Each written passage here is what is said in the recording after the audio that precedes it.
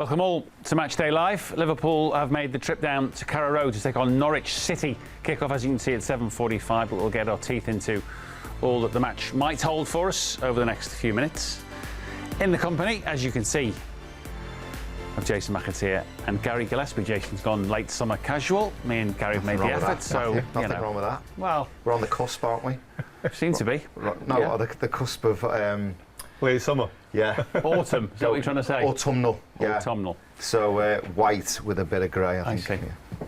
Well justified. Thanks. Almost worked. Let's get to Carrow Road for a first flavour of the, I'm sure, early autumn scene down there in the sunshine with, of course, Mark Benstead. Mark? Thank you, Matt. Liverpool's bid to win the League Cup for a 9th time in their history gets underway here at Carrow Road tonight. But with a workload facing Jurgen Klopp's squad over the course of the coming weeks, he will look to utilise his group tonight and make a series of changes for this evening's League Cup clash. We'll see Kevin Kelleher start in goal. We'll also see Curtis Jones play from the off. This will be his 50th Liverpool appearance. We could expect to see Cade Gordon feature for the first time as well. The 16-year-old is part of the group. He's caught the eye during pre-season. He's really impressed the coaches. He could make his first appearance tonight at some point. And with Trent Alexander-Arnold and Nico Williams both unavailable this evening, Conor Bradley, the Northern Irish fullback, is part of the group. He could potentially get a run out as well. For Norwich, will they come into this game needing something to lift their spirits? It's played 5, lost 5 back in the Premier League so far. And the most recent of those defeats came here on Saturday against Brentford, the team that finished 10 points behind them in the Championship last season. So that really was a blow to the supporters at the weekend, and some were booing the team off come full time. You have to look at the bigger picture as well. It's actually 15 games they've lost in the Premier League either side of that season in the Championship. They've struggled to adapt to life back in the top flight. They need something to try and lift their spirits here this evening. Daniel Farke, the manager, has said he will make changes tonight, but you do wonder, with the fact he said they need to defend better, the fact he said he needs more fight from his side following that game at the weekend, whether he'll be tempted to include 1 or 2 more of his regular starters than perhaps he would have done in a similar situation if the form had been better. Timo Pukki missed the game against Bournemouth where he put 6 past the Cherries in the last round. Could he retain his place tonight, or will he try and chop things round as well? Christos Cholis scored a couple in the game against Bournemouth last time. He could potentially play from the off. Adam Eder as well, the Irish forward, could be one who could come in if he decides to leave Pukki out of the equation. Whatever happens, I'll bring you all the team news confirmed as part of Matchday Live a little later tonight. Lovely, thanks very much to Mark. Yeah, we'll get that team news to you as soon as we get it. Before we get into some of those specifics, fellas, then let's just consider the overall picture here. Gary, 2 teams at the moment going in drastically different directions form-wise. Very opposite directions, yeah. Isn't there? I think it was always going to be a struggle for Norwich, wasn't it? We saw that the last time they came up. We maybe wondered, we played them obviously first game of the season. Never easy to play a team that's just been newly promoted, but they didn't really put up that much fight. And you kind of wondered about Norwich, how they would approach this kind of season after the disappointment they had earlier on coming up to the Premier League. And it doesn't seem to be as if they've learnt anything. They still play very open football, very, very vulnerable at the back. And if they don't tighten up and toughen up, then you can easily see them going back down to the Championship, where they'll probably put up a good enough fight. Tonight's a different game. I mean, it's a toss-up, isn't it? Like who's going to play from both sides. So you're never quite sure what the lineups are going to be and the performance level, what that's going to be from both sides. So it'll be an interesting game to watch. Yeah, that's the thing, isn't it? Although he may pick Daniel Farke, a slightly more senior side than Jurgen Klopp's inclined to, if they play that open style that they always seem to, game on.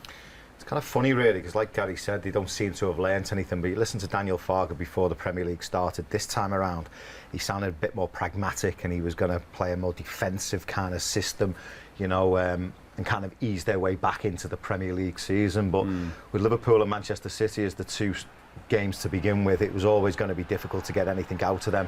And in all honesty, Liverpool and Manchester City battered them, and it just got worse for them. They've gone 5 games now. They've only scored 2, conceded 14. Confidence is low. They've got no momentum. And it's funny, yet he makes, I think, 10, 11 changes for the game against Bournemouth in the last round. They battered them 6-0.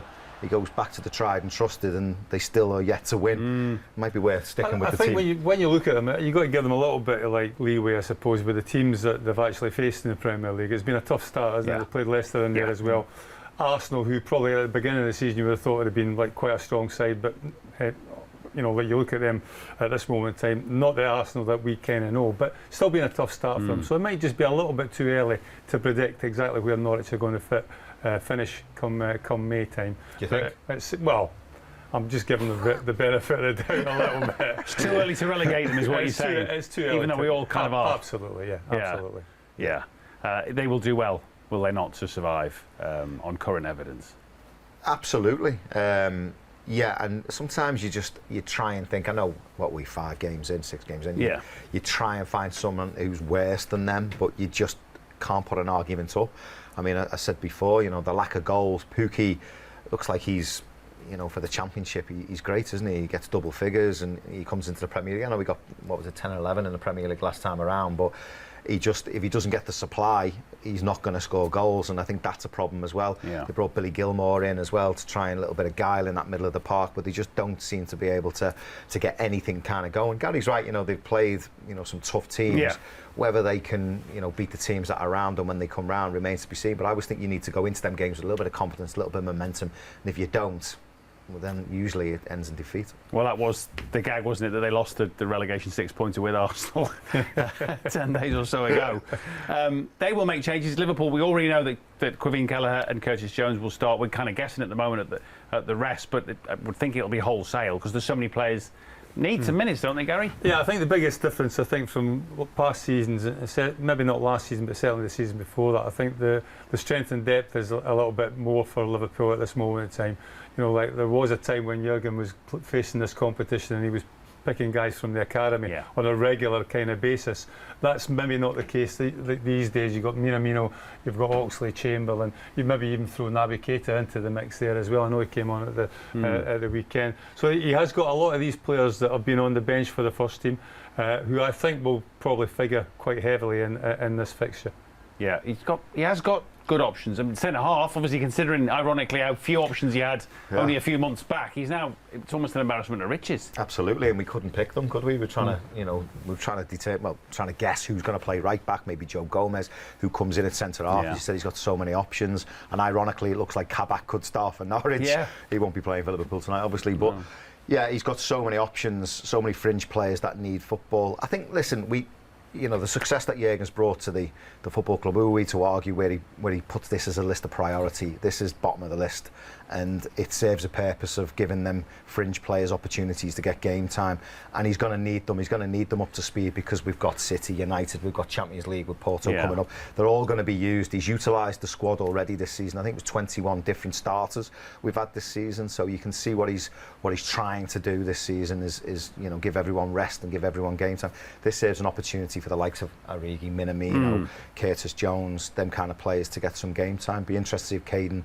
Gordon comes on or starts on the right hand side, because he looks a great prospect. It'd be good to see him. Yeah, no, you can see why certain players, unless you give them minutes in games like this, and maybe the draw's kind enough to get 2 or 3 games or maybe more, you can't have them ready for the big games when you might need them. I know he threw Origi in last week against AC Milan, but training isn't always enough. Well, the trouble with the players that don't play is they don't play. There's no games. It's simple as. Back in our day, there was reserve team games as much as it wasn't quite the same, but at least it's giving you minutes on a football pitch where you're kind of getting used to the hustle and bustle of playing an actual game. That doesn't happen these days. And he talked about it last season quite a bit about utilising his squad, not having the momentum when these players come in, not being up to speed. But I think this season will be a little bit different. I think he'll be able to rotate that a little bit and use that rotation system to blood these players and give them that little bit of game time, and that will help going forward. Come the turn of the year, when you've had a busy period up till Christmas, then I think that will certainly help us in the future going forward. Let's hear from Jurgen Klopp's Dutch deputy, Pep Lijnders, who spoke, of course, yesterday, admitting that, yes, lineup changes are inevitable, necessary, really, in order for the team to maintain that high level of energy and performance. We want to compete in each game.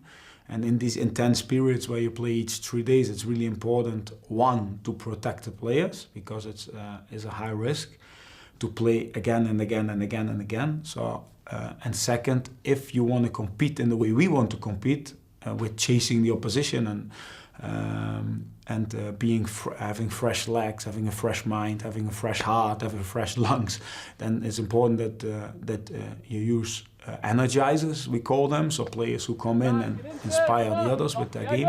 So that's what we're going to do tomorrow, and what we are doing in the last week as well. So our team is hungry, our squad is hungry to compete in each competition, and this is one of them. I think everybody says we don't like these competitions, but we like, because I feel that this generation of players, this Liverpool team, deserves to fight as well for the national cups. In that sense, we lost against Chelsea 3 years ago. 2 years ago we were in the World Cup.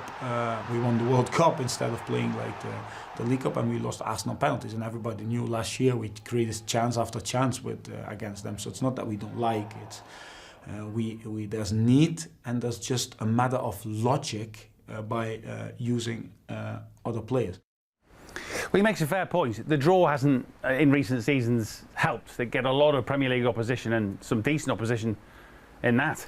I know, but then the flip side of that, I think I read somewhere that I think he's had 27 games in FA Cup and League Cup since he's been around, and you know, for the 20 games of that, the team he's picked has been very, very young and very unpredictable. Right.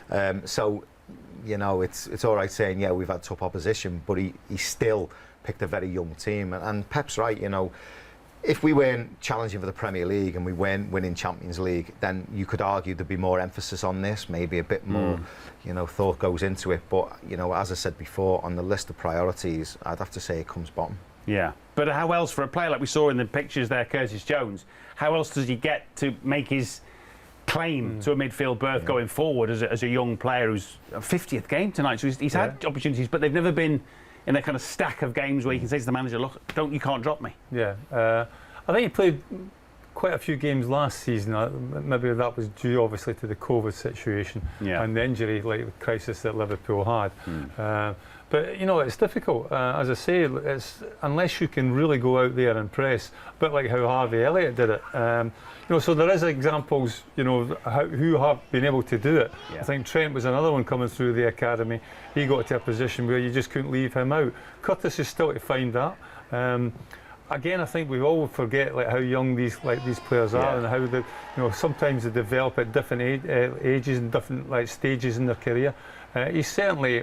He's more than capable of holding down a first team place. I think if you were to put him in any other team in the Premier League, I think he'd be a regular starter. But when you look at Liverpool's midfield quartet, or three at this moment in time, Thiago, Henderson, Fabinho, you know, it's a tough three to break into.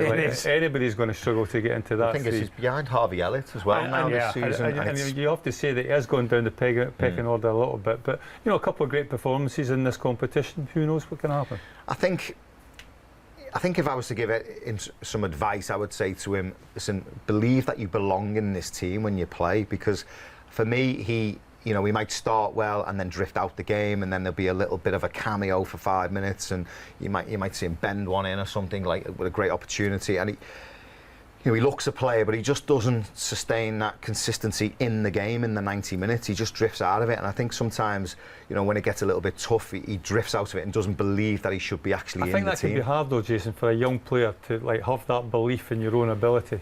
Sometimes that has to come from maybe an outside kind of influence to give him that kind of belief. I don't think he's a shy lad. I think he's quite confident in himself. But in saying that, you've got to take that confidence out onto the field and into your performance as well. I think he's got, a bit like when you watched Jordan Henderson when he first came into our football side, he was a little bit tentative, a little bit nervous. He didn't want to try and do too much, played everything simple. I think Curtis Jones is maybe similar to that. Just give him a little bit more belief in his own ability, and I think you would see him flourish. Well, in fairness, you've got the likes of Naby Keita and Alex Oxlade-Chamberlain who are also vying for those same positions often as not, aren't they? They can't be sure of any kind of run of game. So it's congested in the middle of the pitch. It's very congested, we've got a lot of versatility in there. We've got a lot of options, which is good. And like I said, he's used 21 players already this season. He is rotating the first 11, which is great. The games are coming thick and fast with Champions League starting now. They're all going to get opportunities. What I like with the Oxes in pre-season, he tried him, in that centre-forward role. He tried him right of the front three, left of the front three, so he's got a bit of versatility to his game. Yep. Naby Keita not so much, but we were talking about it at the weekend. We feel a penny's dropped with Naby now. His defensive role in the team is a lot better. Yeah, versatility might be the point, and as you both pointed out, that kind of management of load, which I think is, you sense that Klopp has decided this season he's going to rotate. He's going to rotate a lot more than he's been inclined to do in the past, because maybe needs must, Gary. Maybe that's the way it is this season. Well, absolutely. I think they've had a really good pre-season altogether for quite a long time, which I think helps. The unfortunate thing is that they've lost Harvey Elliott, they've lost Thiago, they've lost Firmino at this moment in time with a hamstring injury. So there's 3 players there that we expect to figure on a regular basis within the starting 11 or the first team squad. So I think you will see it. I think back in our day, well, certainly in my day, if you got rested, that wasn't a case that it was rested. You were dropped. You were left out the side. I think that's long gone now, and fans have got used to the fact that you will see different players on a regular basis. You even go maybe back 5 years, and fans were complaining about this rotation system and how they didn't like it and how you felt inferior, not the starting 11, but like somebody coming in at the side. I don't think that's the case anymore. I think that everybody's got used to it, and everybody appreciates exactly why they're doing it and how they're doing it. Yeah, although as we saw with a certain Lionel Messi the other night, rotation isn't for everybody, is it? They still moan the players. We'll get our teeth into that and more, of course, in the full build-up to kick-off. We'll start with Matchday Live at 6:45, of course, on LFC TV. So do join us for all the build-up to kick-off at Carrow Road. Live audio commentary, of course, as well with the one and only Steve Hunter from 7:45. And then Matchday reaction, 9:45. As soon as the game is over down at Carrow Road, we'll get up all the match reaction and, of course, talk through what we've seen in the company of Gary and Stephen Warnock, who's dropping in to join us a little later. So do join us for all of that. We're back with you on LFC TV at 6:45. See you then.